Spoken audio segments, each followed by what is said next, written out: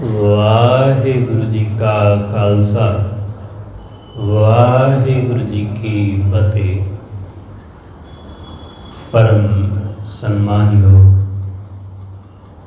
सतगुरां दे हजूर जुमर बैठे रब रूप गुरमुख सत्संगी जन, सतगुरु जी की बख्शिश महरामत का सदका गुरु दर ते जुड़न का सुभाग समा नसीब होया। सतगुरु जी की प्यारी अमृतमई बाणी का कीर्तन गुरु के प्यारे कीर्तनिया पासों आप जी ने श्रवण किया। गुरु दर ते जुड़ के गुरु की बाणी द्वारा वाहिगुरु नाल जुड़न का निमाणा जिहा यतन कर रहे हैं। अज का ये पवित्र वचन गुरु अर्जुन देव महाराज जी ने रहमत करके बख्शिया। सतगुरु समझाते हैं कि वाहिगुरु का सेवक परमेश्वर का प्यारा वो हमेशा ही मुक्त है। हर का सेवक सद ही मुक्ता, वो सदा ही मुक्त। दुनिया मुक्त होने वास्ते यतन करती है, पर भगत मुक्त होने वास्ते कोई यतन नहीं करता। असी माया के बंधनां विच झमेलियां विच फसे रहंदे हैं, पर भगत इन्हां झमेलियां विच रह के भी इन्हां झमेलियां तो मुक्त हुंदा है। इसलिए सतगुरु कहते वो सदा मुक्त है, हमेशा। असीं लोग निक्की जी गल विच भी उलझ जाते हैं, उसनूं वड्डी तो वड्डी गल, वड्डी तो वड्डी घटना भी उलझा नहीं पाती। असीं थोड़ी जी माया देख के, थोड़ी जी दौलत शौहरत देख के ही भटक जाते हैं। ਉਹਦੇ सामने ਕਰੋੜਾਂ होण, अरबां खरबां होण, वो तां भी नहीं डोलदा, तां भी ਉਹਦਾ मन भरमदा नहीं। बस यही फर्क है। इस तो पता लग जाता है कि वो मुक्त है तो असीं लोग जकड़े हुए हैं। असीं माया दे फाहे विच, माया दे बंधन विच वज्जे हुए हैं। सतगुरु कहते वो सदा मुक्त है। दुनिया सोचती है कि मरण तो बाद मुक्ति मिलती है, सारा संसार यही सोचता है। इसलिए लोग यतन करते हैं कि हुण दान पुण्य कर लईए, मर के मुक्त हो जावांगे। इस दान पुण्य का लाभ ये मिलेगा कि मुक्ति मिल जाएगी। लोग बहुते लोग इसे सोच नाल, इसे भावना नाल जप तप वाले पासे, सिमरन साधना वाले पासे तुरदे ने। बहुत सारे लोग वो यही सोचते हैं कि हुण करांगे अगां मिलेगा, इत्थे भुखे रह लवांगे अगां स्वर्ग विच रज के खाण नूं मिलेगा, इत्थे हेठां सौ लवांगे कोई गल नहीं, इत्थे नंगे रह लवांगे कोई नहीं, स्वर्ग विच बहुत कुछ मिलेगा। इत्थे चीज़ां दा त्याग कर देवांगे, उत्थे सारा कुछ मिल जाएगा। बंदा इस तरह दियां सोचां दे विच उलझ के वो जीवन दे इस आनंद तो वांझा रह जाता है।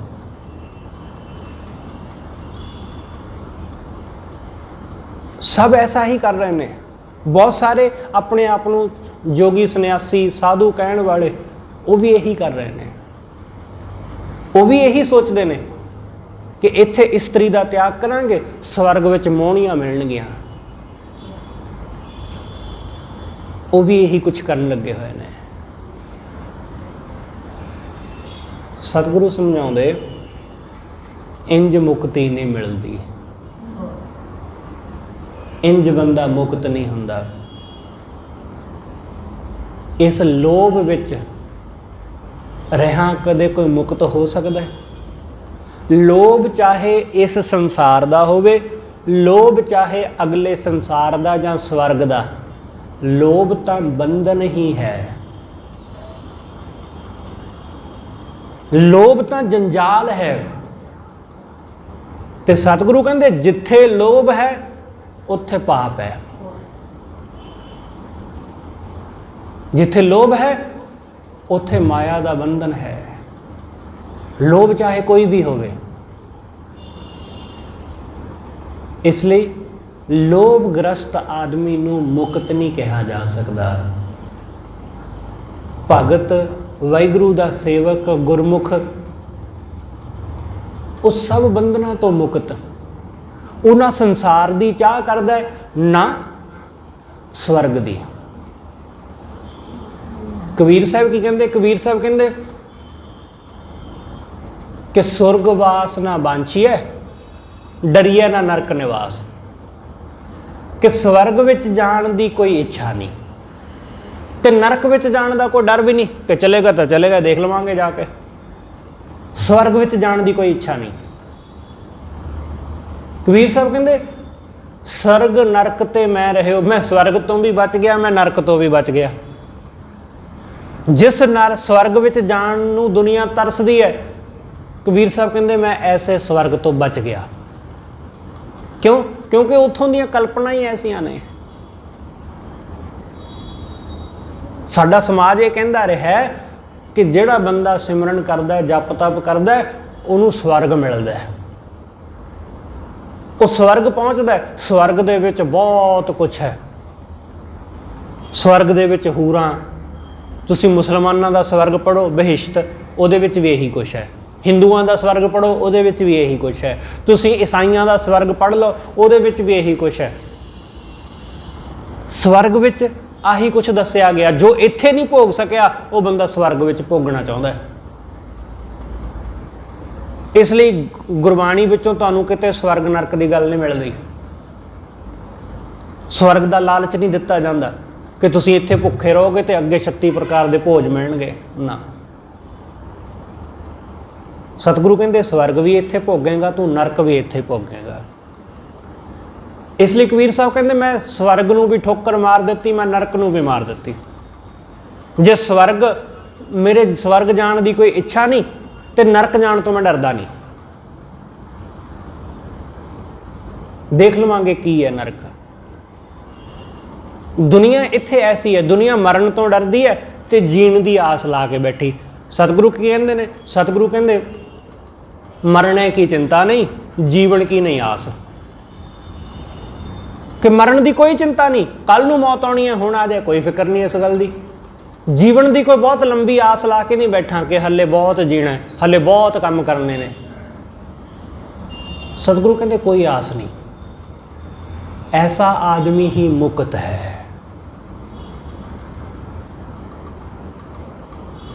ਜਿਹਨੂੰ ਮਾਇਆ ਦਾ ਬੰਧਨ ਬੰਨਦਾ ਨਹੀਂ, ਜਿਹਨੂੰ ਲੋਭ ਬੰਨਦਾ ਨਹੀਂ, ਜਿਹਨੂੰ ਮੋਹਗ੍ਰਸਤ ਨਹੀਂ ਕਰਦਾ, ਜਿਹੜਾ ਵਾਸਨਾਵਾਂ ਦੇ ਵਿੱਚ ਉਲਝਦਾ ਨਹੀਂ। ਸਤਿਗੁਰੂ ਕਹਿੰਦੇ ਹਰ ਕਾ ਸੇਵਕ ਸਦੀ ਮੁਕਤਾ। ਉਹ ਮੁਕਤ ਹੈ, ਉਹ ਜਿਉਂਦੇ ਜੀ ਮੁਕਤ ਹੈ।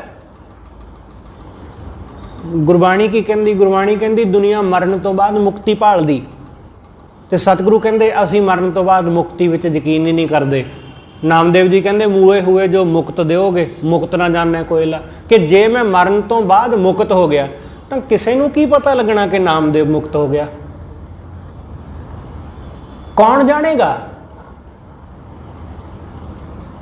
ਕਿ ਮੈਂ ਮੁਕਤ ਹੋਇਆ ਕਿ ਨਹੀਂ ਹੋਇਆ? ਕਿਸੇ ਨੂੰ ਕੀ ਪਤਾ ਲੱਗਣਾ? ਸਾਡਾ ਕੋਈ ਆਦਮੀ ਦੁਨੀਆ ਤੋਂ ਚਲਾ ਗਿਆ, ਸਾਨੂੰ ਕੀ ਪਤਾ ਉਹਦੀ ਗਤੀ ਹੋ ਗਈ ਕਿ ਨਹੀਂ ਹੋਈ? ਸਾਡੇ ਕੋਲ ਕੋਈ ਪ੍ਰਮਾਣ ਹੈ? ਕੋਈ ਪੰਡਿਤ ਕਹਿ ਦੇਗਾ, ਕੋਈ ਗਿਆਨੀ ਕਹਿ ਦੇਗਾ ਹਾਂ ਜੀ ਮੁਕਤ ਹੋ ਗਿਆ, ਉਹਦੇ ਕਹਿਣ ਨਾਲ ਕੀ ਹੁੰਦਾ? ਉਹਨੇ ਕਿਹੜਾ ਜਾ ਕੇ ਵੇਖ ਲਿਆ? ਕਿਉਂਕਿ ਜਦ ਤੱਕ ਮਰਦੇ ਨਹੀਂ ਤਦ ਤੱਕ ਪਤਾ ਹੀ ਨਹੀਂ ਲੱਗਦਾ। ਥੋੜੇ ਦਿਨ ਪਹਿਲਾਂ ਮੈਨੂੰ ਕਿਸੇ ਨੇ ਪੁੱਛਿਆ ਕਿ ਭਾਈ ਸਾਹਿਬ ਮਰਨ ਤੋਂ ਬਾਅਦ ਕੀ ਹੁੰਦਾ? ਮੈਂ ਕਿਹਾ ਜੀ ਮੈਂ ਹਾਲੇ ਮਰਿਆ ਨਹੀਂ। ਕਿਉਂਕਿ ਜਿਸ ਚੀਜ਼ ਦਾ ਮੈਂ ਅਨੁਭਵ ਹੀ ਨਹੀਂ ਕੀਤਾ, ਮੈਂ ਤੁਹਾਨੂੰ ਕਿਵੇਂ ਦੱਸ ਦਿਆਂ ਕਿ ਮੈਂ ਮਰਨ ਤੋਂ ਬਾਅਦ ਕੀ ਹੁੰਦਾ? जिस दिन मरांगा उस दिन पुछ लियो मैनू आके। वो कहते एक ही जवाब होया। मैं कहा जी मरण तो बाद ही दसिया जा सकता है, उस तो पहला किवें दस दईए। इसलिए मरण तो बाद की मुक्ति उहदे बारे की दसांगे, उहदे बारे की कहांगे कि मरण तो बाद मुक्त हो जाइदा। कबीर साहब सारी जिंदगी बनारस रहे, कांची रहे, तो जदों उन्होंने लग्या कि हुण मेरा इस दुनिया तो जाण दा वक्त नेड़े आ रहा, उन्होंने कांची छड्ड दिता, बनारस छड्डता। क्यों छड्डिया? क्योंकि बनारस नाल कांशी नाल एक गल जुड़ी हुई है। कांशी नूं शिवपुरी कहंदे ने, शिव जी दी पुरी। उहदे नाल गल जुड़ी है कि जिहड़ा आदमी कांशी विच मरेगा आके, वो मुक्त होवेगा, वो स्वर्ग जाएगा। कबीर साहब सारी जिंदगी उत्थे रहे। उन्होंने देखिया लोगों नूं, लोग आउंदे ने मरन वेले आके कांछी विच मरदे ने, गंगा किनारे उन्होंने संस्कार कर दिता जाता है, तो कह दिता जाता जी बंदा मुक्त हो गया। तो वो अपनिया चीज़ां, अपना समान, पैसा, वो सब कुछ पंडित नूं दान कर जाता है। तो पंडित ने ये गल फैलाई है। कबीर साहब कहते जे मैं कांछी विच मरिया तो लोग कहेंगे कबीर तो मुक्त हो गया। क्यों? क्योंकि कांछी विच रहिंदा सी, कांछी विच मौत हुई, सीधा स्वर्ग गया। वो कहते फिर जप तप कीते दा की फायदा होया, सारा क्रैडिट तो कांछी ने ले जाना। तो वो तो ये सिर हो जाना कि हाँ जी कांछी नगरी विच रहिंदा सी, शिव दी नगरी विच रहिंदा सी तां मुक्त होया, तो फिर मेरा रब दी बंदगी कीती दा की लाभ होया। कबीर साहब कहते सगल जन्म शिवपुरी वसाया, सारा जन्म सारा जीवन शिवपुरी विच वसाया। मरती बार मगहर उठाया, मैं मरन वेले जदों मरन का समा आया मैं मगहर आ गया। मगहर के संबंध में बामण कहता है कि जिहड़ा मगहर विच मरेगा वह नरक जाएगा। कबीर साहब कहते मैं क्या फिर चलो देखते हैं कि मरगहर जाण नाल भगत नरक जांदा है।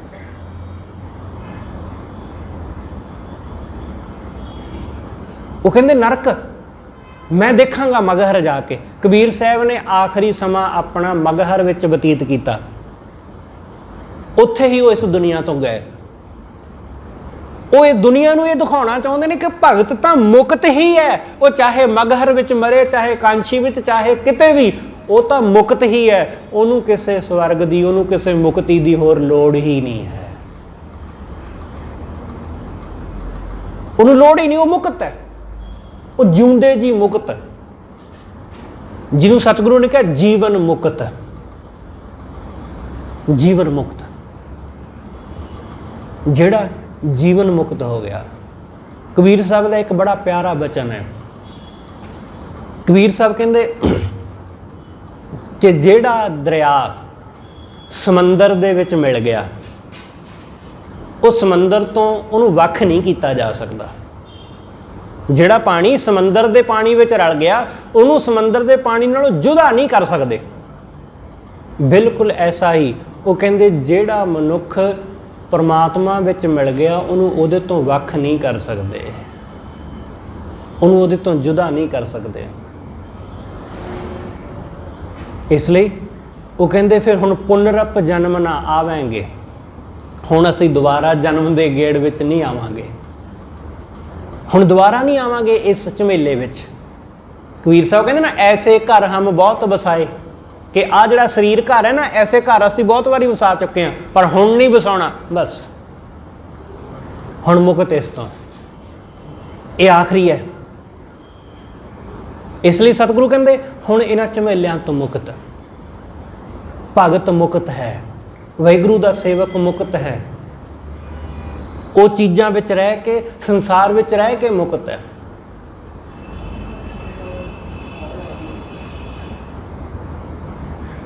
वो वाहिगुरू की रज़ा विच राजी है, वो परमेश्वर के भाणे विच राजी। एक फकीर साधु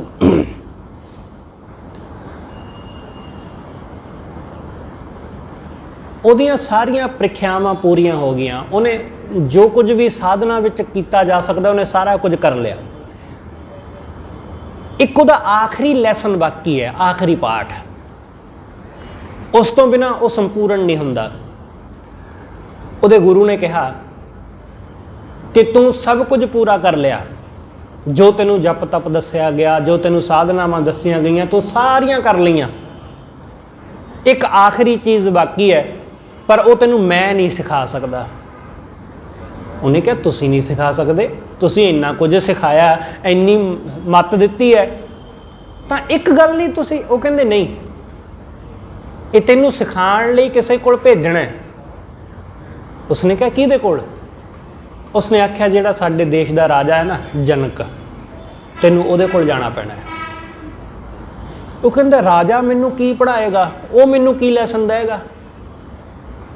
ਜਿਹੜਾ ਰਾਜਾ ਹੋਵੇ, ਜਿਹੜਾ ਭੋਗ ਵਿਲਾਸ ਵਿੱਚ ਗ੍ਰਸਤ ਹੈ, ਜਿਹੜਾ ਆਪਣੇ ਰਾਜ ਦੇ ਮਾਣ ਵਿੱਚ ਗ੍ਰਸਤ, ਉਹ ਮੈਨੂੰ ਕੀ ਸਿਖਾਏਗਾ? ਉਸਨੇ ਕਿਹਾ ਇਹ ਮੇਰਾ ਆਦੇਸ਼ ਹੈ, ਤੈਨੂੰ ਜਾਣਾ ਪਵੇਗਾ ਉਹਦੇ ਕੋਲ। ਉਹਦੇ ਕੋਲ ਜਾਵੇਂਗਾ ਤੇ ਗੱਲ ਬਣਨੀ ਹੈ, ਕਿਉਂਕਿ ਉਹ ਚੀਜ਼ ਮੇਰੇ ਕੋਲ ਨਹੀਂ ਹੈ ਜੋ ਉਹਦੇ ਕੋਲ ਹੈ। ਆਪਣੇ ਗੁਰੂ ਦੀ ਗੱਲ ਮੰਨਣੀ ਪੈਣੀ ਸੀ। ਚਲਾ ਗਿਆ ਰਾਜੇ ਦੇ ਕੋਲ। ਜਦੋਂ ਰਾਜੇ ਦੇ ਦਰਬਾਰ ਪਹੁੰਚਿਆ ਤਾਂ ਉਸ ਵਕਤ ਉਹਦੇ ਦਰਬਾਰ ਵਿੱਚ ਨਾਚ ਹੋ ਰਿਹਾ ਹੈ। ਉਹ ਆਪਣੇ ਆਸਣ ਤੇ ਬੈਠਾ ਹੋਇਆ ਹੈ, ਉੱਥੇ ਨੱਚਣ ਵਾਲੇ ਨੱਚ ਰਹੇ ਨੇ ਤੇ ਉਹ ਵੇਖ ਰਿਹਾ, ਦਰਬਾਰੀ ਬੈਠੇ ਹੋਏ ਨੇ, ਬਹੁਤ ਸਾਰੇ ਲੋਕ ਬੈਠੇ। ਇਹ ਜਿਹੜਾ ਸਾਧੂ ਹੈ ਇਹ ਦੇਖਦਾ ਤਾਂ ਵੇਖ ਕੇ ਕਹਿੰਦਾ ਕਿ ਗੁਰੂ ਨੇ ਕਿੱਥੇ ਫਸਾ ਦਿੱਤਾ ਇਸ ਝਮੇਲੇ 'ਚ, ਕਿ ਚੰਗੇ ਭਲੇ ਉੱਥੇ ਜੰਗਲ ਵਿੱਚ ਬੈਠੇ ਰੱਬ ਰੱਬ ਕਰਦੇ ਸੀ, ਆ ਇੱਥੇ ਤੇ ਨਾਚ ਵੇਖਣ ਲਾਤਾ ਗੁਰੂ ਨੇ। ਇਹ ਬੰਦਾ ਕੀ ਸਿੱਖਿਆ ਦੇਵੇਗਾ, ਇਹ ਕੀ ਮੱਤ ਦੇਵੇਗਾ ਜਿਹੜਾ ਆਪ ਰੰਗ ਰਲੀਆਂ ਵਿੱਚ ਲੱਗਾ ਹੋਇਆ।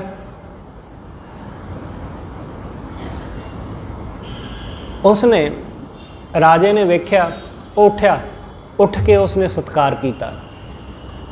ਜੋ ਬਾਕੀਆਂ ਵਾਸਤੇ ਖਾਣ ਪੀਣ ਲਈ ਲਿਆਂਦਾ ਸੀ ਉਹ ਉਹਨਾਂ ਨੂੰ ਵੀ ਦਿੱਤਾ ਗਿਆ, ਪਰ ਇਸਨੇ ਕਿਹਾ ਜੀ ਨਹੀਂ, ਮੈਂ ਕੁਝ ਛਕਣਾ ਨਹੀਂ, ਮੇਰੇ ਗੁਰੂ ਨੇ ਮੈਨੂੰ ਤੁਹਾਡੇ ਕੋਲ ਭੇਜਿਆ। ਕਿਉਂ ਭੇਜਿਆ ਮੈਨੂੰ ਨਹੀਂ ਪਤਾ, ਪਰ ਉਹਨਾਂ ਨੇ ਮੈਨੂੰ ਤੁਹਾਡੇ ਕੋਲ ਭੇਜਿਆ ਕਿ ਤੁਸੀਂ ਇੱਕ ਰਾਤ ਉਹਨਾਂ ਕੋਲ ਰਹਿ ਕੇ ਆਉਣਾ।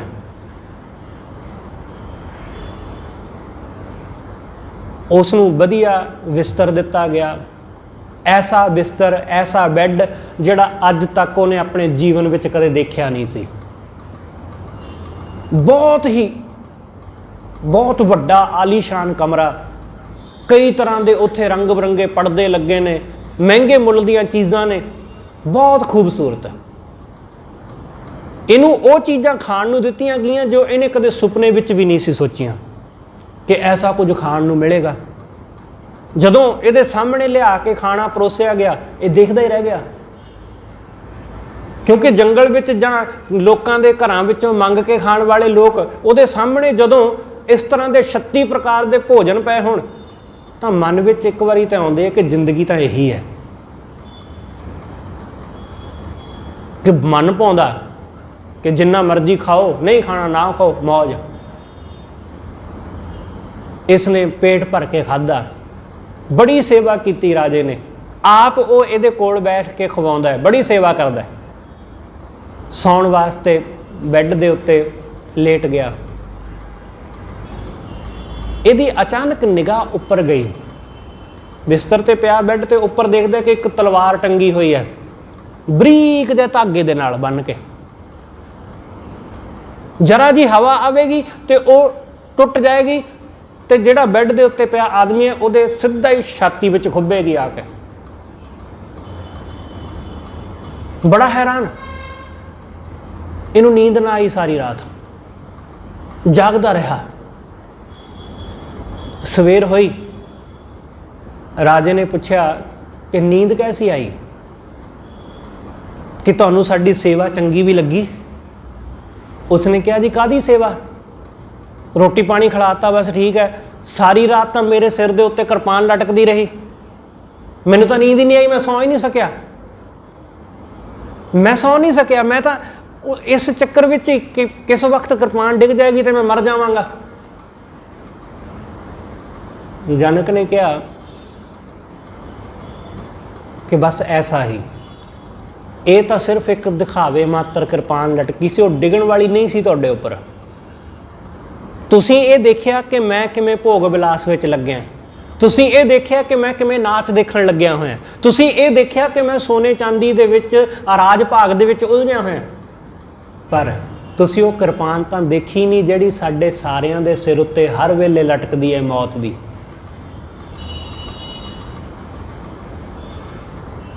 हर वेले लटकदी है। इसलिए जिन्हां दा ध्यान मौत विच रहिंदा है कि मौत किसी वेले भी आ सकती है, वो चाहे जिन्ने मर्जी पदार्थां दे भोग विच होण, वो कदे उलझदे नहीं। राजे ने कहा चलो सुबह हुई है, तुसीं फकीर आदमी हो ते तुसीं ते खुले पानी विच दरिया विच नहाउणा पसंद करदे होवोगे। उसने कहा हाँ, मैं रोज़ नदी दे विच इशनान करदा है। उसने कहा साडे महल दे नाल दी एक नदी बहंदी है, चलो तुहानूं उत्थे इशनान कराउंदे आ। जनक नाल चला गया, इशनान करन लगे। फकीर आदमी सी, उहदे कोल किन्ना कुछ समान हो सकदा सी, थोड़ा बहुत उहदे कपड़े लीड़े सन, वो महल विच ही अपने कमरे विच ही छड्ड गया। जदों इशनान करन लगे, इशनान कर रहे ने दोनों जाने, जनक भी बाहर उहदे सिपाही खड़ोते ने, दोनों जाने नदी विच नहा रहे ने।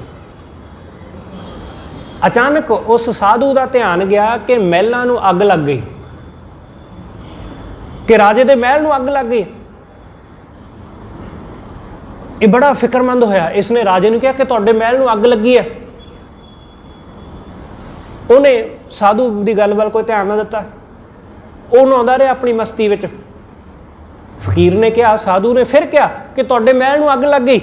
उसने कहा ठीक है, सुन गया मैनू कि उत्थे बहुत सारे लोग ने, वो बुझा लैणगे, बड़े सिपाही ने उत्थे, बड़े उत्थे नौकर चाकर ने, वो आप ही देख लैणगे। उसने कहा आपे देख लैणगे, तुहाडा महल, उस महल नूं अग लग गई ते तुसीं कह रहे हो कि आप ही देख लैणगे। वो कहा हाँ देख लैणगे, की कीता जा सकदा है, लग गई तो लग गई। उसने कहा नहीं मैनू जाण दिओ। साधु ने कहा मैनू, वो कहंदा तुसीं की करोगे? वो कहंदा मेरा समान है उत्थे, मैं वो सड़ जाएगा, मेरे कुछ कपड़े ने, मेरी एक गठड़ी है छोटी जी, वो सड़ जाएगी। राजे ने कहा बस आही एक गल है कि मेरा वो महल है, मैनू उस गल की कोई फिक्र नहीं, तुहानू अपनी एक छोटी जी गठड़ी की फिक्र है, उहदे विच पता नहीं कुछ कीमती है भी है कि नहीं। की होवेगा, तुहाडे दो चार लंगोट होणगे, होर उहदे विच की है, क्योंकि फकीर कोल, साधु कोल की हुंदा है, कुछ भी नहीं। इसलिए तुहाडा पाठ यही सी, तुहाडा आखिरी लैसन यही सी कि माया दे विच रह के भी माया तो मुक्त होना। महल सड़ गया, वो सड़िया नहीं, वो मैं ही उन्होंने कहा कि अज जदों असीं सवेरे जावांगे तां इहनूं अग ला दिओ।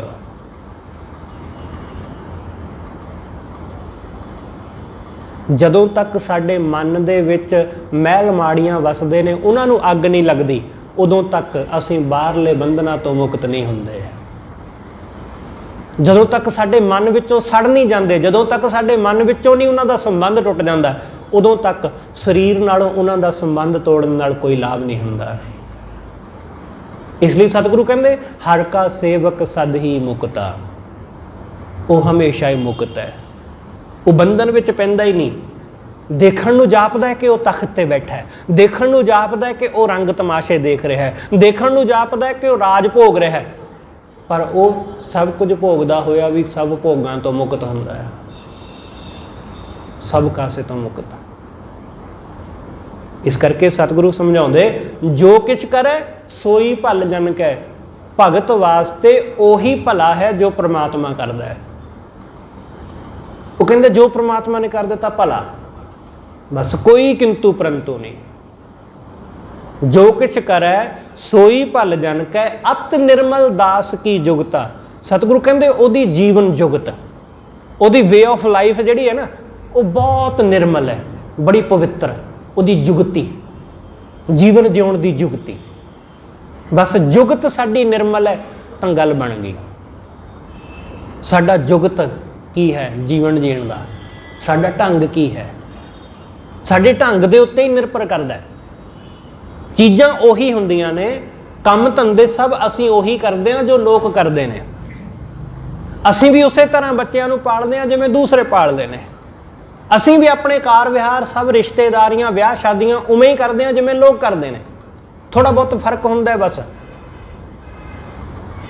ਪਰ ਹੁੰਦਾ ਸਭ ਕੁਝ ਸੇਮ ਹੀ ਹੈ। ਪਰ ਜਿਨ੍ਹਾਂ ਦੀ ਜੁਗਤ ਨਿਰਮਲ ਹੁੰਦੀ ਹੈ ਉਹ ਸਭ ਕੁਝ ਕਰਦਿਆਂ ਹੋਇਆਂ ਵੀ ਸਭ ਕਾਸੇ ਤੋਂ ਮੁਕਤ ਹੋ ਜਾਂਦੇ ਨੇ। ਉਹ ਸਭ ਝਮੇਲਿਆਂ ਦੇ ਵਿੱਚ ਰਹਿ ਕੇ ਵੀ ਝਮੇਲਿਆਂ ਤੋਂ ਮੁਕਤ ਹੋ ਜਾਂਦੇ। ਸਤਿਗੁਰੂ ਕਹਿੰਦੇ ਜਿਸ ਕਾ ਸਭ ਕਿਛ ਤਿਸ ਕਾ ਹੋਏ। ਜਿਸ ਬੰਦੇ ਨੇ ਇਹ ਜਾਣ ਲਿਆ ਕਿ ਮੇਰਾ ਜੋ ਕੁਛ ਵੀ ਹੈ ਉਹ ਸਭ ਪਰਮੇਸ਼ਰ ਦਾ ਹੈ।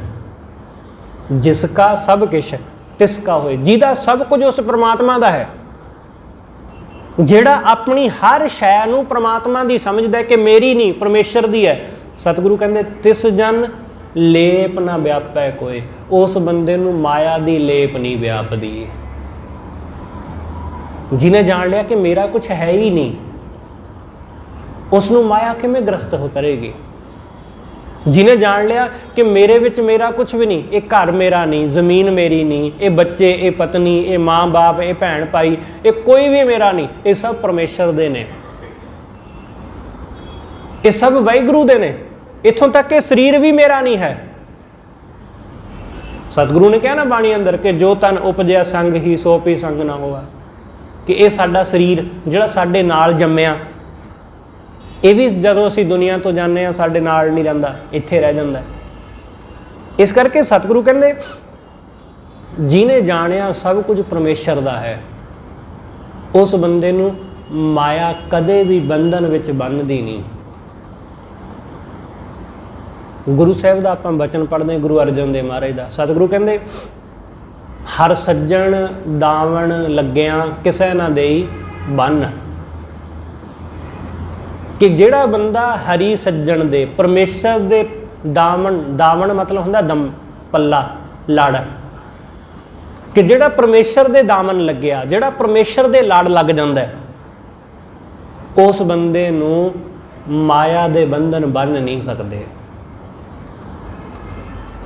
ਉਹ ਕਿਸੇ ਨੂੰ ਬੰਨਣ ਨਹੀਂ ਦਿੰਦਾ, ਕਿਉਂਕਿ ਜਿਹੜਾ ਪਰਮੇਸ਼ਰ ਦਾ ਹੋ ਗਿਆ, ਜਿਹੜਾ ਗੁਰੂ ਦਾ ਹੋ ਗਿਆ, ਗੁਰੂ ਦੇ ਸ਼ਰਨ ਵਿੱਚ ਆ ਗਿਆ, ਉਹਦੇ ਮਨ ਉੱਪਰ ਕਾਮ, ਕ੍ਰੋਧ, ਲੋਭ, ਮੋਹ, ਹੰਕਾਰ, ਵਾਸਨਾ, ਈਰਸ਼ਾ, ਤ੍ਰਿਸ਼ਨਾ, ਆਸਾ, ਦਵੈਸ਼, ਐਸੇ ਜਿੰਨੇ ਵੀ ਔਗਣ ਨੇ ਉਹ ਉਸ ਨੂੰ ਬੰਨ੍ਹ ਨਹੀਂ ਸਕਦੇ। ਹਰ ਸੱਜਣ ਦਾਵਣ ਲੱਗਿਆ ਕਿਸੇ ਨਾ ਦੇਈ ਬੰਨ। ਉਹ ਕਿਸੇ ਨੂੰ ਬੰਨਣ ਨਹੀਂ ਦਿੰਦਾ। ਕਿਸੇ ਦੀ ਹਿੰਮਤ ਨਹੀਂ ਹੈ ਕਿ ਉਸ ਬੰਦੇ ਨੂੰ ਕੋਈ ਮਾੜਾ ਖਿਆਲ, ਕੋਈ ਮਾੜਾ ਵਿਚਾਰ ਵੀ ਫੁਰ ਆਵੇ। ਇਸ ਕਰਕੇ ਸਤਿਗੁਰੂ ਕਹਿੰਦੇ ਉਸ ਨੂੰ ਲੇਪ ਨਹੀਂ ਲੱਗਦਾ ਮਾਇਆ ਦਾ। ਇਸ ਲਈ ਤੁਸੀਂ ਹੁਣ ਤੋਂ ਹੀ ਸਭ ਕੁਝ ਉਸ ਪਰਮੇਸ਼ਰ ਦਾ ਜਾਣੋ, ਸਭ ਕੁਝ ਵਾਹਿਗੁਰੂ ਦਾ ਜਾਣੋ ਕਿ ਮੇਰਾ ਘਰ ਜਿਹੜਾ ਹੈ ਨਾ ਉਹ ਪਰਮੇਸ਼ਰ ਦਾ। ਬਸ ਮੇਰਾ ਮਿਟ ਜਾਵੇ, ਕਿ ਮੇਰਾ, ਜਿਹਨੂੰ ਕਬੀਰ ਸਾਹਿਬ ਕਹਿੰਦੇ ਮੇਰਾ ਮੁਝ ਮੈਂ ਕਿਛ ਨਹੀਂ, ਕਿ ਮੇਰਾ ਮਿਟ ਜਾਏ ਬਸ। ਜਦੋਂ ਮੈਂ ਤੇ ਮੇਰਾ ਮਿਟ ਗਿਆ, ਪਿੱਛੇ ਜੋ ਬਚਦਾ ਉਹ ਸਭ ਉਸ ਵਾਹਿਗੁਰੂ ਦਾ ਹੀ ਹੈ। ਮੇਰਾ ਕੁਛ ਨਹੀਂ ਹੈ, ਮੇਰੀ ਕੋਈ ਚੀਜ਼ ਨਹੀਂ ਹੈ, ਮੈਂ ਕੁਛ ਨਹੀਂ ਹਾਂ। ਜਦੋਂ ਹਰ ਚੀਜ਼ ਨੂੰ ਅਸੀਂ ਵਾਹਿਗੁਰੂ ਦੇ ਨਾਲ ਜੋੜ ਕੇ ਵੇਖਣਾ ਸ਼ੁਰੂ ਕਰ ਦਿੰਦੇ ਹਾਂ ਕਿ ਬੱਚੇ ਪਰਮੇਸ਼ਰ ਦੇ, ਇਹ ਪਰਿਵਾਰ ਪਰਮੇਸ਼ਰ ਦਾ, ਇਹ ਘਰ-ਬਾਰ ਪਰਮੇਸ਼ਰ ਦਾ, ਚੀਜ਼ਾਂ ਪਰਮੇਸ਼ਰ ਦੀਆਂ, ਫਿਰ ਗੱਲ ਬਣਦੀ ਹੈ। ਫਿਰ ਮਾਇਆ ਪੋਹ ਨਹੀਂ ਸਕਦੀ। ਫਿਰ ਉਹਦੇ ਨਾਲ ਮਾਇਆ ਦੇ ਵੱਲ ਨੂੰ ਮਨ ਦੌੜਦਾ ਹੀ ਨਹੀਂ। ਜਦ ਪਤਾ ਹੀ ਹੈ ਕਿ ਮੇਰਾ ਕੁਛ ਹੋ ਹੀ ਨਹੀਂ ਸਕਦਾ, ਤਾਂ ਫਿਰ ਮਨ ਉੱਧਰ ਨੂੰ ਦੌੜੇਗਾ ਕਿਵੇਂ? ਮਨ ਕਿਵੇਂ ਭੱਜੇਗਾ ਉੱਧਰ ਨੂੰ? ਮਨ ਉਦੋਂ ਹੀ ਭੱਜਦਾ ਜਦੋਂ ਮਨ ਨੂੰ ਲੱਗਦਾ ਹੈ ਕਿ ਇਹ ਸਭ ਕੁਝ ਮੇਰਾ, ਇਹਨਾਂ ਚੀਜ਼ਾਂ ਨਾਲ ਜੁੜ ਕੇ ਮੈਂ ਵੱਡਾ ਹੋ ਜਾਵਾਂਗਾ। ਜਦੋਂ ਤੱਕ ਮਨ ਨੂੰ ਇਹ ਭੁਲੇਖਾ ਹੁੰਦਾ ਉਦੋਂ ਤੱਕ ਮਨ ਮਾਇਆ ਵਗਰ ਦੌੜਦਾ ਹੈ। ਇਸ ਕਰਕੇ ਸਤਿਗੁਰੂ ਕਹਿੰਦੇ ਜਿਸ ਨੂੰ ਪਤਾ ਲੱਗ ਗਿਆ ਕਿ ਵਾਹਿਗੁਰੂ ਦਾ ਸਭ ਕੁਝ ਹੈ, ਉਸ ਨੂੰ ਮਾਇਆ ਦਾ ਲੇਪ ਨਹੀਂ ਲੱਗਦਾ। ਹਰ ਕਾ ਸੇਵਕ ਸਦ ਹੀ ਮੁਕਤਾ, ਜੋ ਕਿਛ ਕਰੈ ਸੋਈ ਭਲ ਜਨ ਕੈ। ਅਤ ਨਿਰਮਲ ਦਾਸ ਕੀ ਜੁਗਤਾ। ਜੋ ਕੁਝ ਵਾਹਿਗੁਰੂ ਕਰਦਾ ਹੈ ਭਗਤ ਵਾਸਤੇ ਉਹੀ ਭਲਾ ਹੈ, ਉਹਦੇ ਲਈ ਉਹੀ ਚੰਗਾ। ਅਤ ਨਿਰਮਲ, ਉਹਦੇ ਜੀਵਨ ਦੀ ਜੁਗਤ ਬੜੀ ਨਿਰਮਲ ਪਵਿੱਤਰ ਹੋ ਗਈ। ਰਹਾਓ ਸਗਲ ਤਿਆਗ ਹਰ ਸਰਣੀ ਆਇਆ। ਉਹਨੇ ਸਾਰਾ ਕੁਝ ਛੱਡ ਦਿੱਤਾ, ਉਹ ਸਭ ਕੁਝ ਛੱਡ ਕੇ ਗੁਰੂ ਦੀ ਸ਼ਰਨ ਆ ਗਿਆ। ਸਭ ਕੁਝ ਛੱਡ ਕੇ ਸਾਡੇ ਵਾਸਤੇ ਨਾ ਬਹੁਤ ਸਾਰੀਆਂ ਚੀਜ਼ਾਂ ਗੁਰੂ ਸਾਹਿਬ ਨੇ ਪ੍ਰਤੀਕ ਦਿੱਤੀਆਂ ਸਾਨੂੰ, ਪ੍ਰਤੀਕ ਮਾਤਰ। ਜਿਵੇਂ ਤੁਸੀਂ ਦੇਖੋਗੇ ਕਿ ਸਾਡੇ ਜਿਵੇਂ ਗੁਰੂ ਘਰਾਂ ਦੇ ਵਿੱਚ ਜੋੜਾ ਘਰ ਬਣਿਆ ਹੁੰਦਾ ਹੈ, ਇਸੇ ਤਰ੍ਹਾਂ ਗਠੜੀ ਘਰ ਵੀ ਬਣਿਆ ਹੁੰਦਾ ਹੈ ਗੁਰੂ ਘਰਾਂ ਵਿੱਚ। ਗਠੜੀ ਘਰ ਮਤਲਬ ਕਿ ਜਿੱਥੇ ਅਸੀਂ ਆਪਣਾ ਸਮਾਨ ਰੱਖ ਦਿੰਦੇ ਹਾਂ, ਅਸੀਂ ਆਪਣਾ ਸਮਾਨ, ਆਪਣੇ ਜੋੜੇ, ਸਾਰਾ ਕੁਝ ਬਾਹਰ ਛੱਡ ਆਉਂਦੇ ਹਾਂ। ਸਾਰੀਆਂ ਚੀਜ਼ਾਂ ਬਾਹਰ ਛੱਡ ਆਏ ਤੇ ਗੁਰੂ ਦੇ ਦਰ ਕਿਵੇਂ ਆਏ? ਬਿਲਕੁਲ ਖਾਲੀ, ਭਾਰ ਚੱਕ ਕੇ ਨਹੀਂ ਆਏ। ਉਹ ਗਠੜੀ, ਉਹ ਬੈਗ, ਉਹ ਆਪਣਾ ਚੱਕ ਕੇ ਵੀ ਲਿਆ ਸਕਦੇ ਸੀ, ਪਰ ਨਹੀਂ, ਉਹਨੂੰ ਛੱਡ ਆਏ। ਕਿਉਂ? ਕਿਉਂਕਿ ਗੁਰੂ ਦੇ ਦਰ ਤੇ ਭਾਰ ਲਿਜਾਣ ਦੀ ਕੀ ਲੋੜ ਹੈ? ਬਸ ਆਹੀ ਗੱਲ ਸਮਝ ਲਵੋ ਕਿ ਗੁਰੂ ਦੀ ਸ਼ਰਨ ਜਦੋਂ ਆਈਦਾ ਤਾਂ ਕੋਈ ਵੀ ਚੀਜ਼ ਨਾਲ ਨਹੀਂ ਲਿਆਈਦੀ। ਮਤਲਬ ਕਿ ਮਨ ਕੁਛ ਵੀ ਨਾਲ ਲੈ ਕੇ ਨਾ ਆਵੇ। ਜਿਵੇਂ ਜੋੜੇ ਬਾਹਰ ਛੱਡ ਆਏ, ਜਿਵੇਂ ਆਪਣਾ ਸਮਾਨ ਬਾਹਰ ਛੱਡ ਆਏ, ਆਪਣੀਆਂ ਗਠੜੀਆਂ ਬਾਹਰ ਛੱਡ ਆਏ, ਬਿਲਕੁਲ ਇਸੇ ਤਰ੍ਹਾਂ ਮਨ ਦੇ ਵਿੱਚ ਜੋ ਵਿਚਾਰਾਂ ਦੀਆਂ ਗਠੜੀਆਂ ਨੇ, ਮਨ ਜੋ ਵਿਚਾਰਾਂ ਦੀਆਂ ਜੁੱਤੀਆਂ ਪਾਈ ਬੈਠਾ, ਇਹ ਸਾਰਾ ਕੁਝ ਬਾਹਰ ਤਿਆਗ ਕੇ ਫੇਰ ਗੁਰੂ ਦੀ ਸ਼ਰਨ ਆਉਣਾ। ਸਭ ਕੁਝ ਤਿਆਗ ਕੇ, ਸਗਲ ਤਿਆਗ ਹਰ ਸਰਣੀ ਆਇਆ। ਮੈਂ ਸਾਰਾ ਕੁਝ ਛੱਡ ਕੇ ਉਹਦੀ ਸ਼ਰਨ ਆਇਆ। ਅਸੀਂ ਜੇ ਗੁਰੂ ਦੇ ਦਰ ਆ ਕੇ ਗੁਰੂ ਨਾਲ ਨਹੀਂ ਜੁੜ ਪਾਉਂਦੇ ਤਾਂ ਉਹਦਾ ਕਾਰਨ ਇਹੀ ਹੈ ਕਿ ਸਾਡੇ ਮਨ ਵਿੱਚ ਕੁਛ ਨਾ ਕੁਛ ਬੋਝ ਰਹਿ ਜਾਂਦਾ ਹੈ। ਸਾਡੇ ਮਨ ਵਿੱਚ ਕੋਈ ਨਾ ਕੋਈ ਗਠੜੀ ਰਹਿ ਜਾਂਦੀ ਹੈ, ਵਾਸਨਾ ਦੀ, ਕੋਈ ਨਾ ਕੋਈ ਇੱਛਾ ਦੀ, ਕਿਸੇ ਨਾ ਕਿਸੇ ਵਿਕਾਰ ਦੀ, ਕੋਈ ਨਾ ਕੋਈ ਗਠੜੀ ਰਹਿ ਜਾਂਦੀ ਸਾਡੇ ਮਨ ਤੇ, ਉਹ ਬੋਝ ਬਣ ਜਾਂਦੀ ਹੈ। ਤੇ ਉਸ ਬੋਝ ਦੇ ਹੇਠਾਂ ਸਾਡਾ ਮਨ ਦੱਬ ਜਾਂਦਾ ਹੈ ਤਾਂ ਗੁਰੂ ਦਾ ਸ਼ਬਦ ਸਾਡੇ ਪੱਲੇ ਨਹੀਂ ਪੈਂਦਾ, ਗੁਰੂ ਨਾਲ ਸਾਡੀ ਸਾਂਝ ਨਹੀਂ ਪੈਂਦੀ। ਇਸ ਲਈ ਗੁਰੂ ਦੇ ਦਰ ਬਿਲਕੁਲ ਖਾਲੀ ਹੋ ਕੇ ਆਉਣਾ, ਮਨ ਵਿੱਚ ਕੁਛ ਵੀ ਨਾ ਹੋਵੇ। ਸਤਿਗੁਰੂ ਕਹਿੰਦੇ ਜਦੋਂ ਸਗਲ ਤਿਆਗ ਹਰ ਸਰਣੀ ਆਇਆ, ਤਿਸ ਜਨ ਕਹਾਂ ਵਿਆਪੈ ਮਾਇਆ। ਉਸ ਬੰਦੇ ਨੂੰ ਮਾਇਆ ਕਿੱਥੇ ਵਿਆਪ ਸਕਦੀ ਹੈ ਜਿਹੜਾ ਗੁਰੂ ਦੀ ਸ਼ਰਨ ਸਭ ਕੁਝ ਛੱਡ ਕੇ ਆ ਗਿਆ। ਆਪਣੇ ਰਿਸ਼ਤੇ ਨਾਤੇ, ਆਪਣੇ ਸੰਬੰਧ, ਆਪਣੀਆਂ ਚੀਜ਼ਾਂ, ਆਪਣਾ ਮਾਣ, ਰੁਤਬਾ, ਵਡਿਆਈ, ਸਭ ਕੁਝ ਛੱਡ ਆਵੋ ਬਾਹਰ। ਫਿਰ ਸਤਿਗੁਰੂ ਕਹਿੰਦੇ ਕਿੱਥੇ ਮਾਇਆ ਵਿਆਪੇਗੀ? ਤਿਸ ਜਨ ਕਹਾਂ ਵਿਆਪੈ ਮਾਇਆ। ਉਸ ਬੰਦੇ ਨੂੰ ਭਲਾ ਕਿੱਥੇ ਮਾਇਆ ਵਿਆਪਦੀ ਜਿਹੜਾ ਸਭ ਕੁਝ ਛੱਡ ਕੇ ਗੁਰੂ ਦੀ ਸ਼ਰਨ ਆ ਗਿਆ। ਇਸ ਲਈ ਗੁਰੂ ਦੀ ਸ਼ਰਨ ਇਸੇ ਤਰ੍ਹਾਂ ਆਉਣਾ। ਨਾਮ ਨਿਧਾਨ ਜਾ ਕੇ ਮਨ ਮਾਹੇ। ਜਿਹਦੇ ਮਨ ਵਿੱਚ ਵਾਹਿਗੁਰੂ ਦਾ ਨਾਮ ਰੂਪੀ ਨਿਧਾਨ, ਨਾਮ ਰੂਪੀ ਖਜ਼ਾਨਾ। ਅਸੀਂ ਖਜ਼ਾਨੇ ਭਾਲਦੇ ਨਾ ਕਿ ਖਜ਼ਾਨਾ ਮਿਲ ਜਾਏ, ਐਸੀ ਕੋਈ ਚੀਜ਼ ਮਿਲ ਜਾਏ। ਐਸੇ ਬਹੁਤ ਸਾਰੇ ਲੋਕ ਨੇ ਜਿਹੜੇ ਉਹਨਾਂ ਨੂੰ ਕਿਸੇ ਜਗ੍ਹਾ ਤੋਂ ਕੁਛ ਸਿੱਕੇ ਮਿਲ ਗਏ, ਉਹਨੂੰ ਉਹ ਖਜ਼ਾਨਾ ਕਹਿੰਦੇ ਨੇ। ਮੈਂ ਬਹੁਤ ਦਫਾ ਐਸਾ ਦੇਖਿਆ ਕਈਆਂ ਘਰਾਂ ਵਿੱਚ। ਉਹ ਕਹਿੰਦੇ ਜੀ ਇਹ ਸਿੱਕਾ ਸਾਨੂੰ ਫਲਾਣੇ ਬਾਬਾ ਜੀ ਨੇ ਦਿੱਤਾ ਸੀ, ਉਹਨਾਂ ਨੇ ਕਿਹਾ ਖਜ਼ਾਨਾ ਹੈ, ਇਹਨੂੰ ਤੁਸੀਂ ਆਪਣੇ ਬਟੂਏ ਵਿੱਚ, ਇਹਨੂੰ ਤੁਸੀਂ ਆਪਣੇ ਪਰਸ ਵਿੱਚ, ਆਪਣੇ ਘਰ ਰੱਖਿਓ, ਤੁਹਾਡੇ ਘਰੇ ਕਦੇ ਦੌਲਤ ਦੀ ਕਮੀ ਨਹੀਂ ਆਊਗੀ। ਇਸ ਤਰ੍ਹਾਂ ਦੀਆਂ ਕਈ ਗੱਲਾਂ ਲੋਕੀ ਮੰਨਦੇ ਨੇ, ਖਜ਼ਾਨਾ ਕਹਿੰਦੇ ਨੇ ਉਹਨੂੰ। ਸਤਿਗੁਰੂ ਕਹਿੰਦੇ ਜਿਸ ਬੰਦੇ ਦੇ ਮਨ ਵਿੱਚ ਵਾਹਿਗੁਰੂ ਦਾ ਨਾਮ ਰੂਪੀ ਨਿਧਾਨ ਵਸ ਗਿਆ, ਨਾਮ ਨਿਧਾਨ ਜਾ ਕੇ ਮਨ ਮਾਹੇ। ਜਿਹਦੇ ਮਨ ਵਿੱਚ ਵਾਹਿਗੁਰੂ ਦਾ ਨਾਮ ਰੂਪੀ ਧਨ ਵਸ ਗਿਆ, ਸਤਿਗੁਰੂ ਕਹਿੰਦੇ ਉਸ ਨੂੰ ਕਦੇ ਕੋਈ ਕਮੀ ਨਹੀਂ ਵਿਆਪਦੀ। ਤਾਕੋ ਚਿੰਤਾ ਸੁਪਨੇ ਨਾ ਹੈ। ਸਤਿਗੁਰੂ ਕਹਿੰਦੇ ਸੁਪਨੇ ਵਿੱਚ ਵੀ ਚਿੰਤਾ ਨਹੀਂ ਆਉਂਦੀ। ਜਾਗਦਿਆਂ ਤਾਂ ਦਿਨ ਵਿੱਚ ਉਸ ਨੂੰ ਕੀ ਚਿੰਤਾ ਸਤਾਉਣੀ ਹੈ, ਉਹਨੂੰ ਰਾਤ ਨੂੰ ਵੀ ਚਿੰਤਾ ਨਹੀਂ ਹੋਈ। ਲੋਕ ਦਿਨੇ ਵੀ ਚਿੰਤਾ ਵਿੱਚ ਡੁੱਬੇ ਰਹਿੰਦੇ ਨੇ, ਰਾਤ ਨੂੰ ਉਹਨਾਂ ਨੂੰ ਸੁਪਨੇ ਵੀ ਉਹੀ ਆਉਂਦੇ ਨੇ, ਚਿੰਤਾਵਾਂ ਦੇ ਵਿੱਚ ਗ੍ਰਸਤ। ਸਤਿਗੁਰੂ ਕਹਿੰਦੇ ਸਭ ਚਿੰਤਾ ਤੋਂ ਉਹ ਬੰਦਾ ਮੁਕਤ ਹੋ ਗਿਆ ਜਿਸ ਬੰਦੇ ਦੇ ਮਨ ਅੰਦਰ ਵਾਹਿਗੁਰੂ ਵਸ ਗਿਆ। ਅਸੀਂ ਚਿੰਤਾਵਾਂ ਵਿੱਚ ਗ੍ਰਸਤ ਹੁੰਦੇ ਹੀ ਇਸ ਕਰਕੇ ਹਾਂ ਕਿਉਂਕਿ ਅਸੀਂ ਸੱਚ ਤੋਂ ਵਾਕਿਫ ਨਹੀਂ ਹੁੰਦੇ, ਅਸੀਂ ਗਿਆਨ ਤੋਂ ਹੀਣੇ ਹੁੰਦੇ ਆ। ਗਿਆਨ ਨਾ ਹੋਣ ਕਰਕੇ, ਸੋਝੀ ਨਾ ਹੋਣ ਕਰਕੇ ਚਿੰਤਾ ਹੁੰਦੀ ਹੈ। ਸੋਝੀ ਨਾ ਹੋਣ ਕਰਕੇ, ਜਿਵੇਂ ਸਾਡੇ ਬੱਚੇ ਨੂੰ ਕੁਝ ਹੋ ਗਿਆ, ਉਹ ਬਿਮਾਰ ਹੋ ਗਿਆ ਅਚਾਨਕ ਰਾਤ ਨੂੰ, ਅਸੀਂ ਬੜੀ ਫਿਕਰ ਕੀਤੀ, ਚਿੰਤਾ ਕੀਤੀ ਕਿ ਕੁਝ ਹੋ ਨਾ ਜਾਏ। ਅਸੀਂ ਭੱਜੇ ਗਏ ਡਾਕਟਰ ਕੋਲ, ਅੱਧੀ ਰਾਤ ਨੂੰ ਲੈ ਕੇ ਗਏ। ਡਾਕਟਰ ਨੇ ਕਿਹਾ ਕੋਈ ਗੱਲ ਨਹੀਂ ਜੀ, ਕੁਝ ਨਹੀਂ ਹੋਇਆ, ਇਸ ਨੂੰ ਬਿਲਕੁਲ ਠੀਕ ਹੈ, ਬਸ ਆਹ ਫਲਾਣੀ, ਆਹ ਪਾਣੀ ਦਿਓ, ਆਹ ਘੋਲ ਜਿਹਾ ਪੜਾਓ ਇਹਨੂੰ, ਬਸ ਠੀਕ ਹੋ ਜਾਣਾ। ਉਸ ਨੂੰ ਗਿਆਨ ਹੈ, ਉਹਨੇ ਵੇਖਿਆ ਸਭ ਕੁਝ, ਅਸੀਂ ਕੁਝ ਵੇਖਿਆ ਨਹੀਂ, ਅਸੀਂ ਕੁਝ ਜਾਣਿਆ ਨਹੀਂ। ਇਸ ਲਈ ਸਾਡੀ ਸਮਝ ਦਾ ਅਤੇ ਉਸ ਡਾਕਟਰ ਦੀ ਸਮਝ ਦੇ ਦਾਇਰੇ ਵਿੱਚ ਬਹੁਤ ਫਰਕ ਹੈ। ਸਾਨੂੰ ਨਿੱਕੀ ਜਿਹੀ ਗੱਲ ਵੀ ਬਹੁਤ ਵੱਡੀ ਲੱਗਦੀ ਹੈ, ਉਹ ਵੱਡੀ ਤੋਂ ਵੱਡੀ ਗੱਲ ਨੂੰ ਵੀ ਉਹ ਆਸਾਨੀ ਨਾਲ ਹੱਲ ਕਰ ਲੈਂਦਾ। ਇਸ ਲਈ ਸਤਿਗੁਰੂ ਕਹਿੰਦੇ ਜਿਨ੍ਹਾਂ ਨੂੰ ਗਿਆਨ ਹੋ ਗਿਆ, ਜਿਨ੍ਹਾਂ ਨੂੰ ਸੋਝੀ ਹੋ ਗਈ, ਉਹਨਾਂ ਨੂੰ ਮਾਇਆ ਨਹੀਂ ਵਿਆਪਦੀ, ਉਹਨਾਂ ਨੂੰ ਮਾਇਆ ਗ੍ਰਸਤ ਨਹੀਂ ਕਰ ਸਕਦੀ, ਉਹਨਾਂ ਨੂੰ ਚਿੰਤਾ ਨਹੀਂ ਵਿਆਪਦੀ, ਉਹ ਸਭ ਚਿੰਤਾਵਾਂ ਤੋਂ ਮੁਕਤ ਹੋ ਗਏ। ਨਾਮ ਨਿਧਾਨ ਜਾਕੈ ਮਨ ਮਾਹੇ, ਤਿਸ ਕੋ ਚਿੰਤਾ ਸੁਪਨੈ ਨਾਹੇ, ਕਹੁ ਨਾਨਕ ਗੁਰ ਪੂਰਾ ਪਾਇਆ। ਸਤਿਗੁਰੂ ਕਹਿੰਦੇ ਜਿਸ ਨੇ ਪੂਰਾ ਗੁਰੂ ਪ੍ਰਾਪਤ ਕਰ ਲਿਆ, ਜਿਹਨੂੰ ਪੂਰਨ ਗੁਰੂ ਮਿਲ ਪਿਆ, ਭਰਮ ਮੋਹ ਸਗਲਾ ਵਿਨਸਾਇਆ, ਉਹਦੇ ਮਨ ਦਾ ਸਾਰਾ ਭਰਮ, ਉਹਦੇ ਮਨ ਦਾ ਮੋਹ ਸਭ ਵਿਨਸ ਗਿਆ।